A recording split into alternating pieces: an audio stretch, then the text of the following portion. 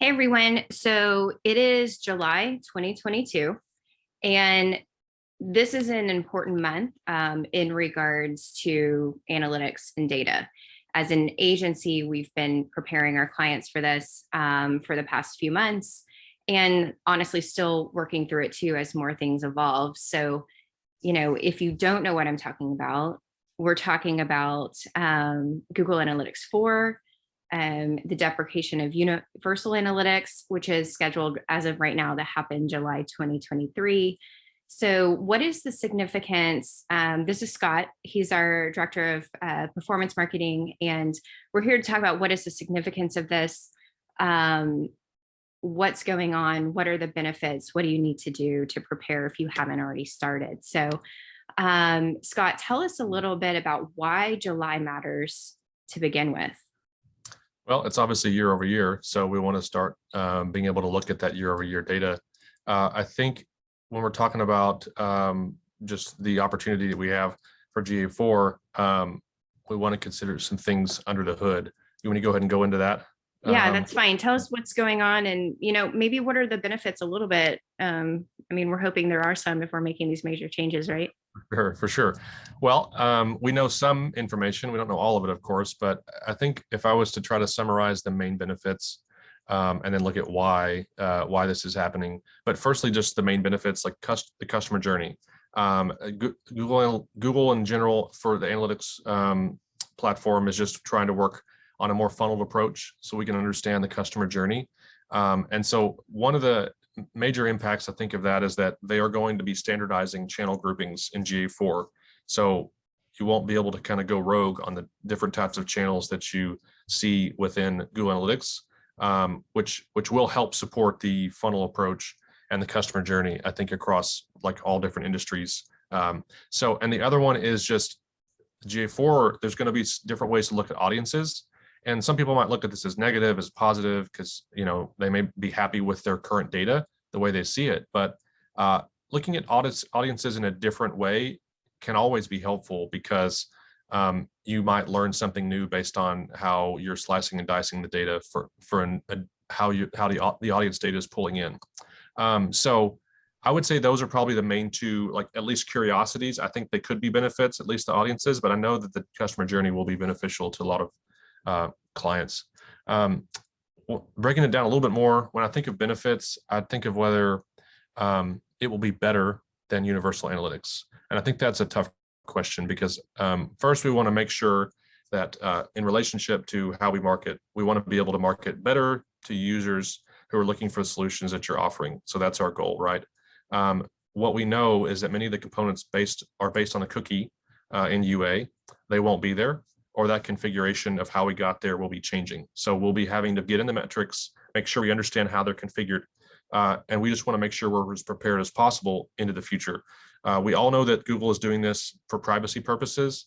They're wanting to give consumers more privacy and give more control over their privacy. And you can't really do that with cookies. So that's what's happening here. Got it. So it really is about maybe taking it more from looking at it as an individual to maybe a more grouping, or kind of like, how are they getting away from, do we know what they're doing to get away from the cookies? Well, they are giving us some information.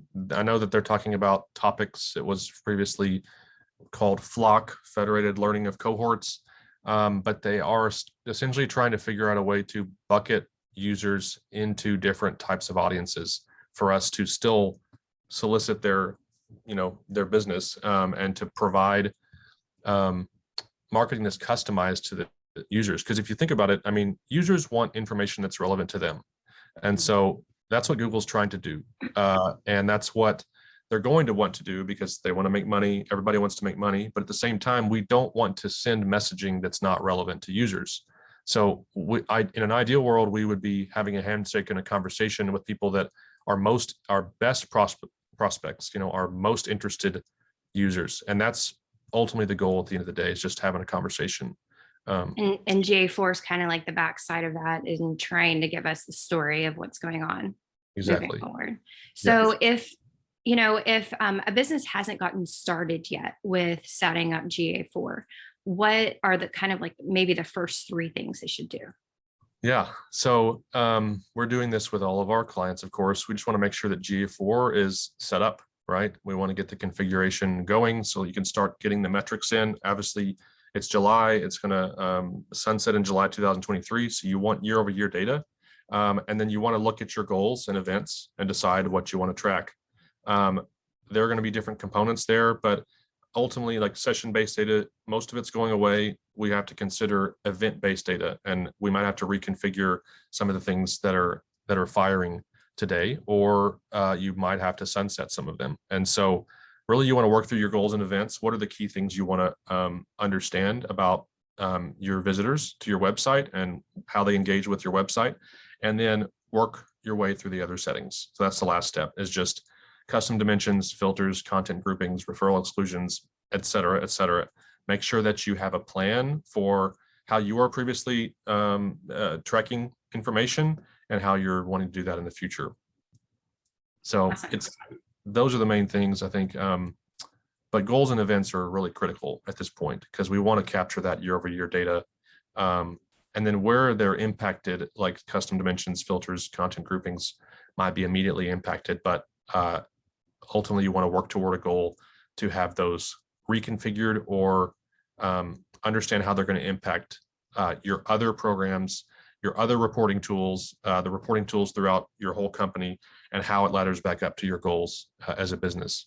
So it's an exciting time, I think, because there is a lot of opportunity when you look at it from a fresh approach. You know, we're about 15 to 20 years into more personalized marketing. And so, you know, it's about privacy, but it's also an opportunity, I think, for marketers to get better at how we present information to clients, how we present it to users, and then, you know, everybody can do their due diligence to make sure that we're treating people with respect, especially online. So I think it's an exciting time, and GA4 is an important component of your business. Do not wait to get that set up. So. Well, thank you. I appreciate the information and your time today. You know, of course, we can definitely help if somebody is needing help with their GA4 setup. But hopefully this, you know, just gave you a little bit of overview of what's going on, maybe some of your first few steps that you should move forward with if you haven't. And, you know, we'll be continuing to keep you updated as more information about this comes out. Yeah. So appreciate everybody's time today. Thank you very much. Thank you.